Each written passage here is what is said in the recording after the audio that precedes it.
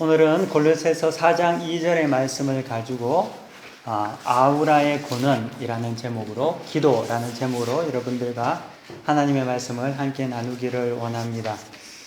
1936년에 독일의 철학자 발트 벤얌이라는 사람이 기술복제 시대의 예술 작품이라는 논문을 발표했습니다. 근데 이 논문을 통해서 처음으로 아우라라는 개념이 이 땅에 나타나기 시작했습니다. 이 벤야민이라는 철학자는 이 아우라의 정의를 종교적인 기원을 둔 예술 작품은 복제한 정밀한 작품 속에서 그것이 감히 범할 수 없는 그러한 분위기나 기운을 가지고 있는데 그것을 아우라라고 정의했다는 거죠. 즉 아우라라는 것은 사람이나 물체에 발생하는 카리스마적인 어떠한 기운을 아우라라고 한다는 거죠. 진품에서 나타나는 진품만이 가지고 있는 독특한 어떤 차이를 아우라라고 정의했습니다. 원본에서만 나타나는 독특성, 이것을 아우라라고 했다는 거죠. 똑같은 그림을 그리더라도 대가가 그린 그림과 그리고 그 대가가 그린 그림을 정밀하게 복사한 그림과는 하늘과 땅의 차이가 있다는 거죠. 아무리 복제해서 정확하게 만든다 하더라도 진품과 사본에는 분명한 차이가 있음을 감지하게 되고 자각하게 됩니다. 그래서 진품으로서의 가치를 우리는 알 수 있다는 거죠. 제가 아는 목사님 한 분께서 자기 이메일 주소가 아우라라고 적혀 있는 것을 제가 봤습니다. 그래서 제일 처음에는 이게 뭔가 생각했다가 나중에는 이 아우라의 뜻을 제가 잘 알고 난 이후에 그분이 조금 이런 부분에 해안이 있구나, 나름대로의 목사로서 했던 진품으로서 어떤 무언가를 느끼고 싶어 하시구나, 그런 생각을 해본 적이 있습니다. 근데 이 아우라라는 것은 철학적인 것뿐만 아니라 우리가 일상생활에서도 아우라를 말할 수 있다는 거죠. 똑같이 보여도 다른 곳에서 나타날 수 없는 독창성을 가질 때 그것을 아우라라고 하는데 그것은 원본에서 나타나는 능력 아니겠습니까? 근데 우리의 신앙에서도 하나님을 통한 우리가 나타나는 아우라가 있다는 거죠. 여러분, 성경에 보면은 초대 교회에는 아우라를 느낄 수 있었습니다. 예수님의 제자들에게 나타나는 어떠한 아우라가 있었다는 거죠. 예수님께서는 제자들에게 요한복음 14장 12절에 이렇게 말씀하십니다. 나를 믿는 자는 내가 하는 일을 그도 하겠고 또한 그보다 더 큰 일도 하리니 라고 주님께서는 제자들에게 말씀하셨습니다. 즉 원본이신 예수 그리스도께서 그의 성령을 통하여서 그를 믿는 모든 자들에게 동일한 예수님의 능력을 나타나게 해주셨다는 것이죠. 그래서 성경 사도행전에 보면은 당시 초대교회 예루살렘 교회가 시작을 하고 부흥을 할 때 예수님의 제자들에게도 동일한 예수님의 소위 말하는 아우라, 그 근본의 능력들이 그 제자들에게도 동일하게 나타났다는 거죠. 사도행전 2장에 보면은 초대교회가 한참 부흥을 할 때, 예루살렘 교회가 부흥할 때 성경은 이렇게 증거하고 있습니다. 사람마다 두려워하는데 사도들로 말미암아 기사와 표적이 많이 나타나니 라고 이야기를 하고 있거든요. 이런 것과 같이 예수님의 능력, 예수님께서 그의 제자에게 부어주신 성령의 능력을 통해서 동일한 제자들에게도 그러한 역사들이 나타났다는 거죠. 우리가 성경을 보면은 베드로나 12제자 모두가 그렇게 뛰어난 학식을 가졌던 사람들은 아니었습니다. 그들은 어떻게 보면은 평민 출신이었고 그다지 많은 교육을 받은 사람들은 아니었습니다. 하지만 그들에게 나타나는 아우라가 있었다는 거죠. 예수 그리스도를 통해서 그들에게 나타나는 진품의 능력들이 있었다는 거죠. 그래서 사도들이 가는 곳곳마다 사람들은 모여들었고 심지어 그 당시 최고의 입법기관이고 사법기관이었던 산헤드린 공회에서도 제자들을 함부로 할 수 없을 정도의 어떠한 능력들이 무언가 감지할 수 있던 무언가가 차이점들이 있었다는 것입니다. 근데 그 아우라라는 것은 사실 그들이 만든 것은 아니었거든요. 그 아우라는 성령의 능력이었고 주님께서 그 제자들에게 부어주셨던 은혜였습니다. 그리고 그것으로 인해서 그들은 세상과 구분되었고 또 그를 통해서 카리스마틱한 사람들이 되었다는 거죠. 사랑하는 여러분, 그 교회도 동일하게 사회와 같은 조직입니다. 교회 또한 사회의 회사나 NGO나 그런 것과 다를 바 없는 하나의 조직이라는 거죠. 하지만 이 교회는 세상과 다른 영적인 아우라가 있습니다. 그것이 있다는 거죠. 성도도 말이죠. 세상 사람들과 동일하게 여러분 살아갑니다. 특별히 여러분들이 성도라고 해서 세상 사람들하고 유별나게 차이나면서 살아가는 것이 아니라는 거죠. 여러분들도 하루에 3끼 밥 먹지 않습니까? 세상도 3끼 밥 먹거든요. 여러분들도 일하지 않습니까? 꼭 여러분들도 잠자고, 여러분들도 즐거울 때는 웃고, 여러분들도 어렵고 힘들 때는 울고, 동일하게 살아간다는 거죠. 하지만 세상과 똑같이 살아도 독특한 성도만의 아우라가 있다는 것이죠. 진품에서 나타나는 영향력들이 있다는 것입니다. 영적 능력이 있어야 된다는 거죠. 이것이 교회의 모습이고 성도의 모습입니다. 이 아우라가 없으면, 예수 그리스도를 통한 진품의 능력이 우리에게 전가된 그 아우라가 없으면 마시른 소금이 되고 기름 없는 등불이 되고 만다는 것이죠. 아우라는 것은 말이죠, 여러분, 우리가 복제를 해서 되는 것이 아니라는 거죠. 또한 모방한다고 해서 되는 것도 아니고 학습의 산물도 아니라는 것입니다. 그것은 오직 복제할 수 없는 무엇인가라는 것입니다. 성경은 우리에게 이것을 다른 말로 철학적인 용어로서의 아우라가 아니라 신학적인 용어로 말할 때 이것을 카리스마라고 이야기합니다. 카리스마라는 이 말은 카리스라는 헬라어 원어에서 나왔는데, 이 카리스의 뜻은 은혜라는 말입니다. 오직 카리스마, 능력은 은혜로부터 나온다는 거죠. 하나님께서 부어주신다는 것입니다. 그리고 그 능력은 언제 임하냐 하면은 기도할 때 임한다는 거죠. 성령의 능력이 기도 가운데, 기도 안에서 역사한다는 거죠. 교회는 여러분 카리스마가 있어야 합니다. 아우라가 있어야 된다는 거죠. 여러분 성도는 카리스마가 있어야 됩니다. 능력이 있어야 된다는 겁니다. 아우라가 있어야 된다는 거예요.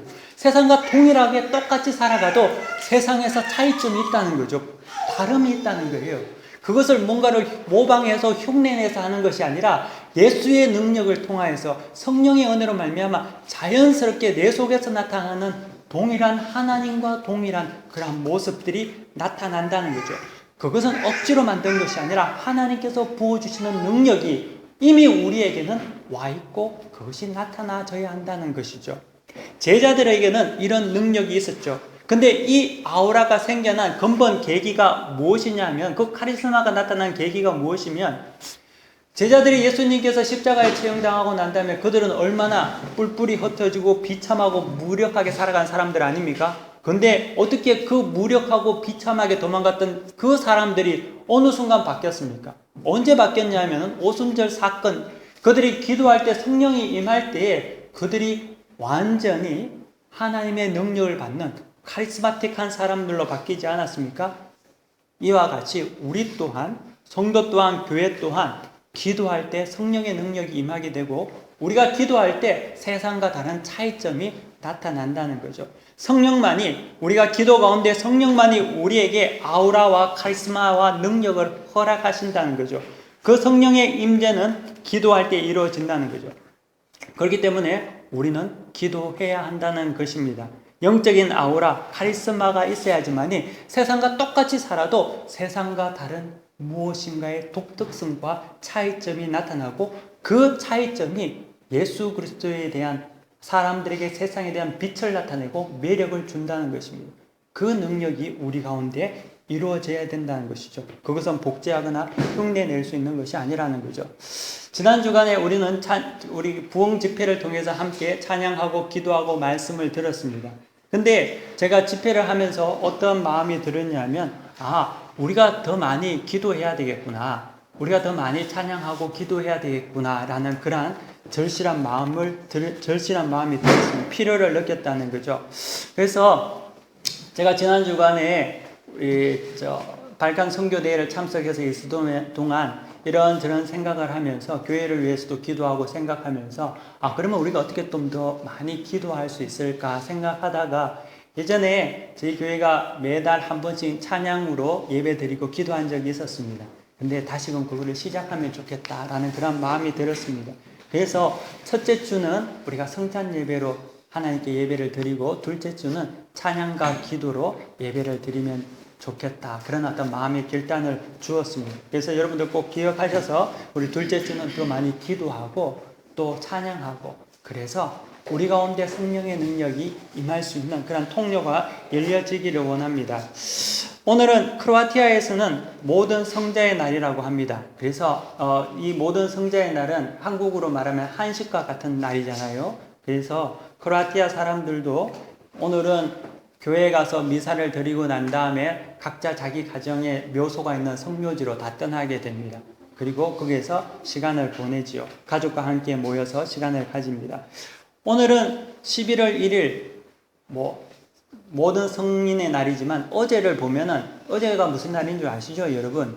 어제는 무슨 날입니까? 어제는 할로윈이라고 해서 10월 31일 할로윈 아닙니까?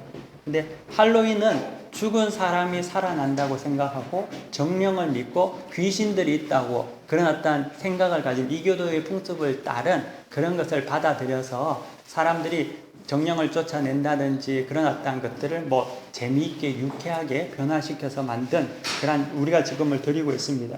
근데 어제는 할로윈이었지만 또 한편으로는 어제는 또 굉장히 우리 교회적으로 볼 때는 중요한 날이었습니다. 어제는 종교개혁 기념일이었습니다. 1517년 마르틴 루터가 10월 31일 날 비텐베르그 성벽에 95개의 방방문을 가톨릭에 대해서 붙이면서 종교개혁에 불씨가 붙던 그러한 날이었습니다. 루터를 비롯한 종교개혁자들은 그 당시에 가톨릭의 잘못된 사상과 교회의 방침 그리고 가르침들을 오류를 반박했습니다. 그리고 그 근본적인 도화선이 된 것이 무엇이냐면 당시 가톨릭 교회의 면죄부 판매였습니다. 당시 가톨릭 교회는 성베드로 성당을 짓기 위해서 성도들에게 헌금을 마련하고자 사람들에게 면죄부를 구입하게끔 강요를 했습니다. 그리고 또 면죄부를 구입하게 되면은 그 돈을 그 면죄부를 구입한 것으로 인해서 구원을 얻을 수 있다고 이러한 종교적 사기극을 자행했다는 거죠. 루터는 성경의 뜻이 잘못된 어그러진 가톨릭 교회의 행태를 보면서 그것에 대해서 반박하고 시정을 요구하게 됩니다. 그리고 회개를 촉구함으로써 종교개혁이 이루어졌죠. 그래서 그 종교개혁을 뜻하는 우리 프로테스탄트 교회의 뜻 자체가 대항하다, 반박하다는 의미를 가지고 있습니다. 유니버설한 가톨릭 교회에 대해서 반박하고 대항하다는 뜻으로 이 개신교라는 것이 생겨났습니다. 그런데 우리가 여기서 한번 눈여겨봐야 될 것이 무엇이냐면 종교개혁 이후에 개신교회가 100년이 못 되어서 자체적으로 분열을 일으키게 됩니다. 그리고 또 어려움을 겪게 되었다는 거죠. 비록 그들이 가톨릭 교회의 잘못된 것을 깨닫고 그리고 그것을 회개하라고 선포하고 하나님의 말씀을 통해서 공의와 정의를 선포한 것은 사실이었지만, 그럼에도 불구하고 100년이 차 가지 못해서 개신교회 또한 분열되고 문제가 나타나기 시작된다는 거죠. 왜 그러냐면 비록 그들이 하나님의 말씀을 가지고 그 메시지를 날카롭고 정의로운 주의 말씀을 가지고 그 가운데 가톨릭 교회를 정죄하고 나타나가긴 했지만 사실 그것들이 나중에는 하나의 어떤 정죄로만 비판으로만 남다 보니까 더 이상 가톨릭 교회뿐만 아니라 개신교 또한 분열과 하나의 어떤 문제만 나타나는 이상한 잘못된 일들이 나타나게 되었다는 거죠. 성경 히브리서 기자는 히브리서 4장 12절을 보면 이렇게 말씀하고 있습니다. 여러분이 너무나 잘 아는 말씀인데요. 하나님의 말씀은 살아있고 활력이 있어 좌우의 날성 어떤 검보다 예리하여 혼과 영과 및 관절과 골수를 찔러 쪼개기까지 하며 또 마음의 생각과 뜻을 판단하나니 라고 성경에서는 이야기하잖아요. 우리가 이 말씀은 너무나 많이 들었던 말씀이고 익숙한 말씀입니다. 그런데 하나님의 말씀은 정말 활력 있고 날카롭고 우리의 골수를 찔러 쪼개기까지 하는 정말 메스와 같은 말씀이거든요. 하나님의 말씀은 우리의 심령을 파고 들어갑니다. 우리의 재성을 보게 한다는 거죠. 여러분, 우리가 교회에 와서 하나님의 말씀을 들을 때 꼭 기억해야 될 것이 무엇이냐면 하나님의 말씀의 날카로움을 기억해야 된다는 것입니다. 많은 사람들이 하나님의 말씀을 위로의 말씀, 은혜의 말씀, 격려의 말씀으로 들으려고 하니까 진정 하나님께서 우리 속에서 역사하실 역사들을 늘 막고 만다는 것이죠. 우리는 죄인인데 하나님의 말씀이 우리 가운데 임할 때 우리의 죄의 금은원을 깨트려 버린다는 거예요. 하나님의 말씀은 마치 광부가 땅 속에 있는 어떤 금을 캐듯이, 다이아몬드를 캐듯이 우리 속에 있는 죄성을 하나님의 말씀을 통해서 하나님께서 캐어내어 가신다는 거죠. 여러분들 이곳에서 하나님의 말씀을 듣는 그 순간에 그 말씀이 여러분의 심장을 파고 들어갑니다. 그리고 우리의 죄성을 보게 합니다. 그리고 우리가 얼마나 하나님 앞에서 범죄한 자들인지를 깨닫게 함으로 말미암아 결국에는 예수님이 없으면 나에겐 아무런 희망이 없다는 것을 알게 하는 것이 히브리서 기자가 말했던 그 말씀의 능력이었다는 거죠. 그런데 이 말씀이 너무나 날카롭고 메스와 같이 너무나 강하기 때문에 조금만 잘못되면 상처가 생긴다는 거죠. 종교개혁자들은 그 날카로운 하나님의 말씀을 가지고 개혁을 시작했지만 그 말씀이 너무나 날카로웠기 때문에 그 말씀으로 인해서 도리어 그들이 정죄와 분열의 하나였던 도화선으로 되고 말았다는 거예요. 그래서 개혁이 100년이 지나지 못해서 분열과 비판과 정죄가 난무하는 그러한 위기에 봉착하게 되었다는 것입니다. 하지만 여러분, 하나님께서는 그 날카로운 메스와 같은 그 말씀을 우리에게 영혼의 수술대에 주실 때는 그 말씀을 통해서 우리가 회복될 수 있는 또 유일한 은혜를 주셨는데 그것이 무엇이냐면 기도의 능력이었다는 거죠. 기도가 있는 곳에서는 하나님의 말씀이 상처가 되지 않는다는 것입니다. 우리는 이 기도와 말씀이 항상 같이 유기적으로 동반되어져야 된다는 거죠.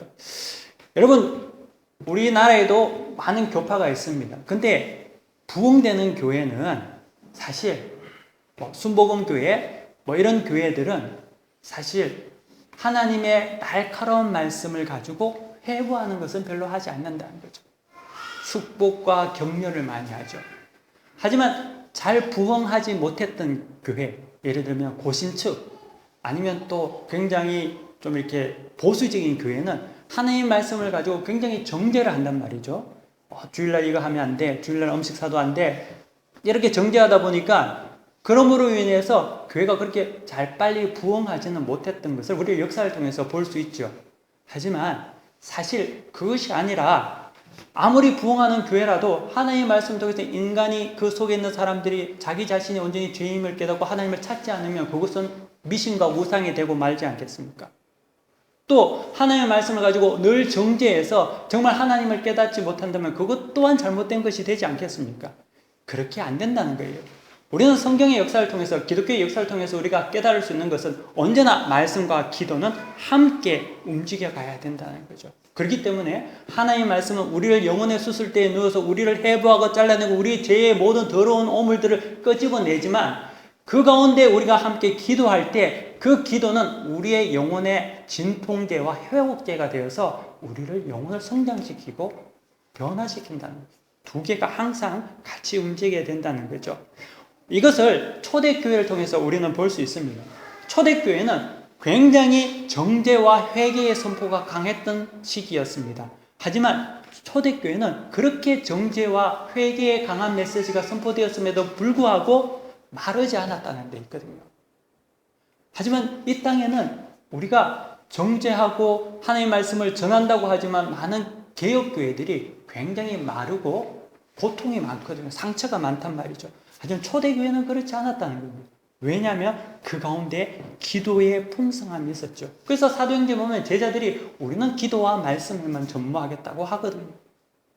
우리 또한 동일하다는 거죠. 예수님께서는 늘 기도하셨습니다. 제자들도 날마다 모여서 기도했습니다. 초대교회가 모여서 기도한 이유는 그들이 복음의 날카로움을 알고 있었다는 거예요.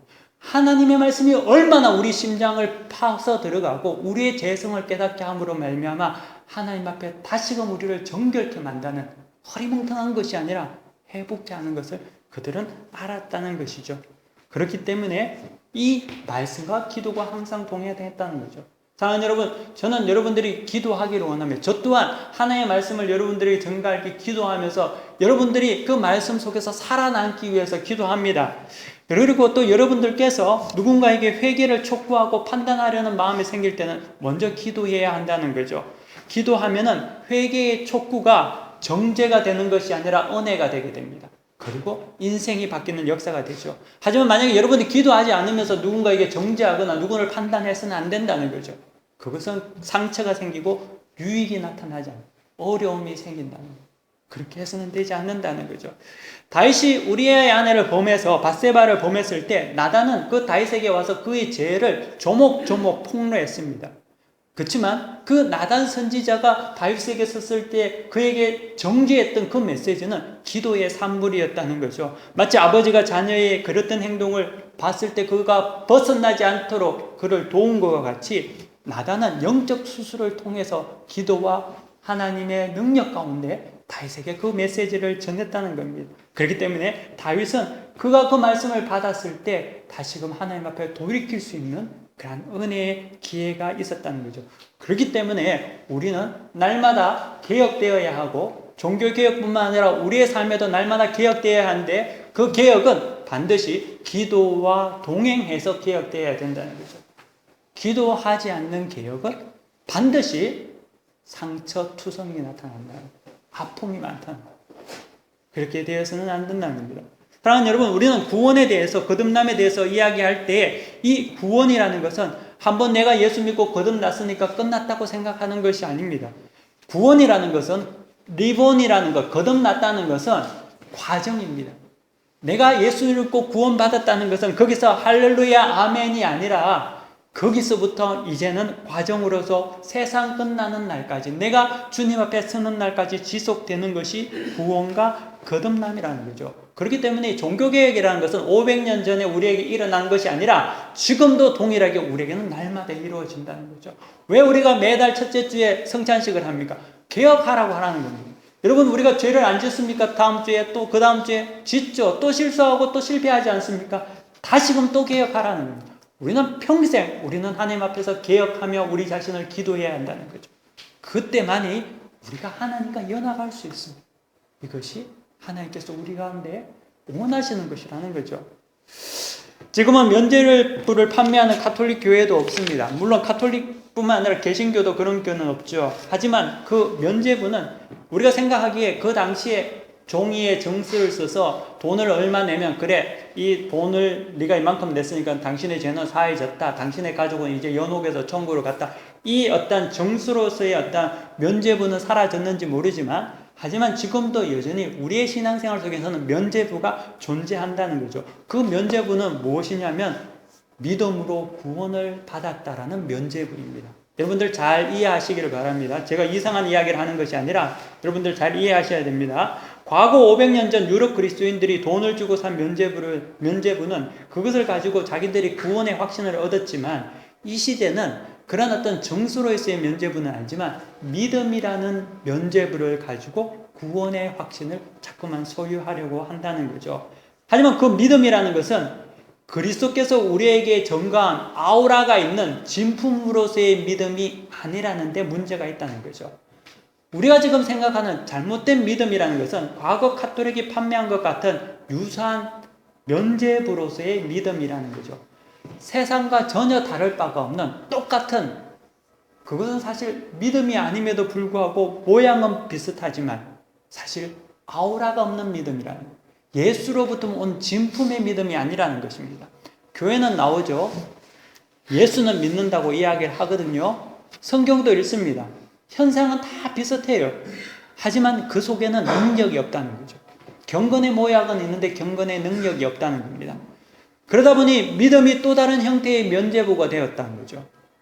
진품으로 나타나는 카리스마 아우라는 없는데 예수 그리스도의 전가된 의가 내 속에 나타나지는 않는데 하지만 믿음이라는 소위 말하는 동일한 복제된 이상한 믿음을 가지고 그 믿음이 우리에게 면죄부가 되고 말았다는 거죠. 왜냐하면 그 가운데 기도가 없거든요. 하나님 말씀에 순종이 없다는 거죠. 제가 선교지에서 이곳에서 현지 선교사라서 현지인들을 만나서 이야기를 나누다 보면 굉장히 가장 큰 장애를 느끼고 이 아픔을 느끼고 힘든 어떤 장애를 느끼는 것 중에 하나가 뭐냐면 그들의 믿음이 사실 면죄부로서의 믿음일 때가 많이 있다는 것입니다. 믿음은 좋습니다. 믿음은 좋은데 그리스도에 의해서 증가된 믿음이 아니라 아우라가 없는, 진품의 능력이 없는 똑같은 복제 수준의 믿음이라는 거죠. 중국산 짝퉁 중에서도 굉장히 좋은 짝퉁들이 많거든요. 질도 좋은 거. 근데 진짜가 아니라는 거예요. 근데 우리가 조심해야 될 것이 뭐냐면 우리 또한 그런 믿음을 가지고 구원의 백성이라고 생각할 수 있다는 거죠. 되게 그런 사람들을 만나서 이야기해 보니까 결론적으로 도달하는 게 뭐냐면 죄인임을 고백하지 못하더라는 거예요. 자기는 죄인이 아니라는 겁니다. 죄인이라는 말을 듣기 싫어한다는 거예요. 그 이유는 예수께서 우리 죄를 다 짊어지고 용서했는데 나는 더 이상 죄인이 아니라는 거예요. 그리고 의인으로 바뀌었다고 말합니다. 맞죠. 우리가 예수를 믿고 의인으로 바뀐 건 사실이죠. 하지만 동시에 성령의 사람은 자기가 죄인인가 동시에 의인임도 고백할 수 있어야 된다는 것이죠. 그래서 그 속에 가만히 보면은 여전히 로드십 체인지가 되지 않았다는 거예요. 주님께서 주인이 되어 있지 않다는 거예요. 여전히 자기가 주인이라는 겁니다. 주님이 주인 되지 못한 것을 볼 수 있다는 거죠. 그렇기 때문에 주님께서 전가된 카리스마, 영향력이 나타나지 않는다는 거예요. 그 속에 능력이 없다는 거죠. 디모데후서 3장에 보면은 말세의 특징에 대해서 말하기를 자기를 사랑하고 돈을 사랑하고 자랑하며 교만하며 비방하고 부모를 거역하며 감사하지 아니하며 거룩하지 아니하며 항상 비우나 끝내 진리의 지식에 이를 수 없느니라 라고 이야기합니다. 그 마음에 하나님보다 세상을 더 사랑한다라고 증거하고 있습니다. 이 땅에서 많은 사람들이 이 믿음이라는 면죄부를 가지고 살아갑니다. 성도라고 불리지만, 집사라고 불리지만, 목사라고 불리지만 그 안에는 로드십 체인지가 전혀 되어 있지 않다는 거죠. 자기 자신을 사랑하는 자들이 많습니다. 교회에 앉아 있으나 여전히 자기가 주인이라는 거죠. 주님이 주인 되기는커녕 남도 주인이 되어서는 안 된다는 거죠. 오로지 내 자신이 주인인 자들이 많다는 거죠. 여러분, 교회 안에도 목사가 주인 행사하는 교회 많습니다. 그리고 교회 안에도 집사가 주인 행사하는 사람 많습니다. 교회 안에 주님이 주인 아닌 곳이 많다는 거죠. 이들에게는 하나님께서 우리에게 주신 아우라가 없다는 거예요. 진품의 능력이 나타나지 않는다는 거죠.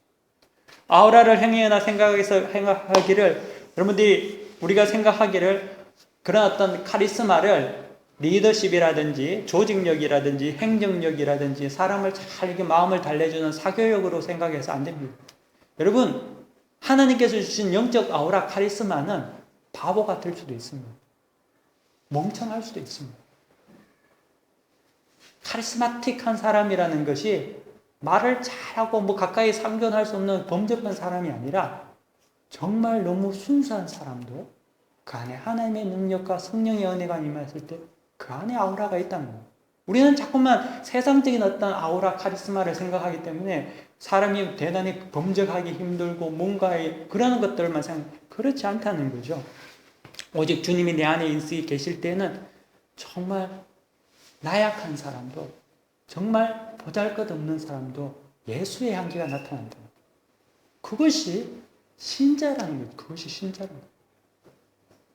여러분, 이미지 만드는 거는 쉽습니다. 여러분, 악한 사람도 이미지 좋게 만드는 거 잘할 수 있거든요. 하지만 하나님께서는 중심 보신다고 하지 않습니까? 중심 보시는 하나님 앞에 우리가 하나님의 마음에 들어야 되지 않겠습니까? 그것은 로드십 체인지밖에 없대요. 주대심이 내 속에 이루어질 때만이 온전한 예수의 이미지가 나타난다는 것입니다. 교회의 부흥이라는 것은 교회가 돈이 많아지고 교회가 커지고 사람이 많아지는 것이 아니라 이곳에 계신 여러분 한 사람 한 사람 모두가 로드십 체인지가 되면 부흥된 거예요. 한두 사람이 나와도 이곳에 여러분 주인이 예수님이 되면은 그 다음부터는 목회는 성공이고 교회는 부흥한 것입니다. 많이 나오면 뭐합니까? 아무도 예수님의 로드십 체인지가 안 되어 있는데 그것은 교회의 부흥이라고 말하지 않는다는 거죠. 사람들이 가장 긴장하고 깨어있을 때가 홀수로 다닐 때라고 합니다. 리더십을 잘 발휘하는 사람들은 홀수의 법칙을 안다고 해요.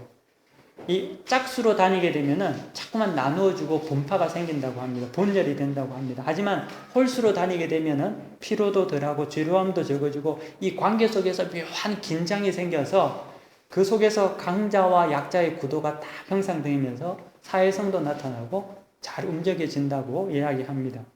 2명과 1명으로 이 홀수의 법칙에 따르면 두 명과 한 명으로 나누게 되고, 그렇게 되면 왕따가 생기고 또 그들 사이에 긴장이 생기기 때문에 서로를 이렇게 돌봐주는 이런 어떤 사회적인 어떤 모습이 나타난다고 합니다. 강자는 약자를 품게 되고 약자는 또 강자에게 흡수되고, 어떻게 하면 또 약자는 더 강한 사람이 될 수 있을까 고민하게 되고, 이러면서 이것이 조화롭게 된다고 합니다. 그래서 리더십이 탁월한 사람들은 모두 홀수로 사람을 다니게 한다고 이렇게 이야기합니다.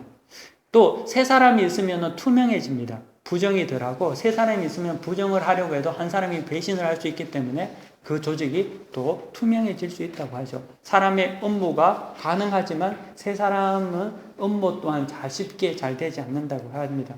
하지만 이 세 홀수의 법칙도 참 리더십에서는 굉장히 좋지만, 한편으로는 셋보다 좀 더 좋은 것들이 있다면은, 물론 이것은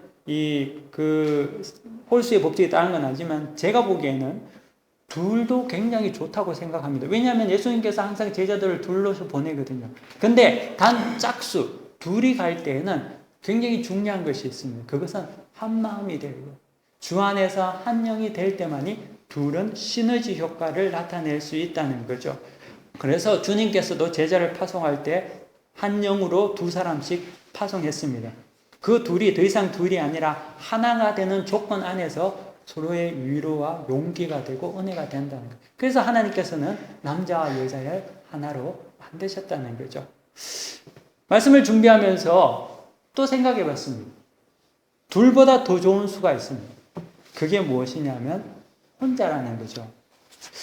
몇 해 전에 이곳에 저희 집을 방문했던 청년 둘이가 있었습니다.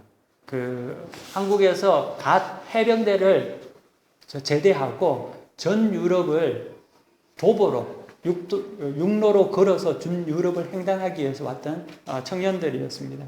근데 둘이가 굉장히 친하고 의지대가 되고 힘도 되고 해서 한 6개월 이상을 같이 이스탄불에서 포르투갈까지 걸어서 여행을 했었습니다. 그래서 제가 둘을 보면서 굉장히 정말 도전이 되었는데요. 나중에 이제 그 둘이 이제 한국으로 다 그 여행을 마치고 돌아갔을 때는 나름대로 또 둘이가 다니는 게 굉장히 힘들었던 모양입니다. 왜냐하면 산전수전 겪으면서 마음도 어떨 때는 안 맞을 때도 있고 티격태격 싸우기도 하고, 그래서 그냥 듣기로는 그 다음부터는 안 만난다 하더라고요. 잘 안 만나게 됐다고. 여러분, 둘은 참으로 위로가 되긴 하지만 둘도 말이죠, 잘못되면 싸우고 골이 깊어지죠. 바울과 바나바도 그렇잖아요. 그렇죠? 근데 예수님께서는 기도하실 때 혼자 기도하신 적이 많으셨습니다. 혼자 기도하는 것. 하나님 앞에 쓰임받는 자들은 여럿이 떼거지 모여서 기도하는 자들이 아니라 간절히 혼자 있는 시간이 있는 자들이 충만한 은혜를 받는다는 거죠. 모든 파워는, 모든 능력은, 아우라는 혼자 있을 때 이루어진다. 골방에서 내가 하나님과 교제할 때, 기도할 때, 그때 하나님의 은혜가 임한다는 것이죠. 하나님의 은혜가 임하는 것은 우리가 주님 앞에서 무릎 꿇고 혼자 간절히 기도할 때입니다. 누가 옆에서 도와주는 것 필요하죠. 하지만 그것보다 더 중요한 것은 내가 하나님을 만나야 된다. 부모가 할 수 있는 것이야. 친구가 해줄 수 있는 것이 아닙니다. 하나님은 내가 만나야 된다는 거죠. 그렇기 때문에 기도는 혼자 하는 것입니다. 기도를 누가 도와주는 것이 아닙니다. 기도는 내가 하나님과 교제하고 교통하는 통로이고 유일하게 능력을 받을 수 있는 유일한 은혜이며 길입니다. 그러므로 우리는 혼자 기도하기에 힘써야 할 것입니다. 여러분, 야곱도 가족들 다 떠나보내고 혼자 야복 강가에서 하나님 앞에 매달려 기도할 때 이름이 바뀌지 않습니까? 그렇기 때문에 우리 또한 혼자 기도할 수 있어야 한다는 거죠. 사랑하는 여러분, 우리는 오늘 주일날 이렇게 다 모여서 함께 예배 드렸습니다. 여러분은 또 6일 동안 혼자 사실 것입니다. 어떻게 해야 되겠습니까? 홀로 있을 때 여러분들 기도하십시오.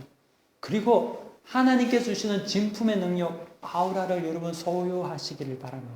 그 카리스마를 여러분 가지셔야 됩니다. 목에 힘 주면서, 돈 주면서 카리스마를 만들라는 것이 아니라 정말 기도 가운데 하나님께서 주시는 능력을 입을 때는 여러분들이 잘나나 못나나 있으나 없으나 능력이 나타난다. 그 능력이 여러분들을 구원의 백성으로 인정하는 그러한 사인이 될 줄 믿습니다. 이런 모두가 그런 능력 있는 기도를 하는 그런 아우라의 근원인 기도에 흠뻑 빠져드는 그런 모두가 되시기를 간절히 축원합니다. 기도하겠습니다.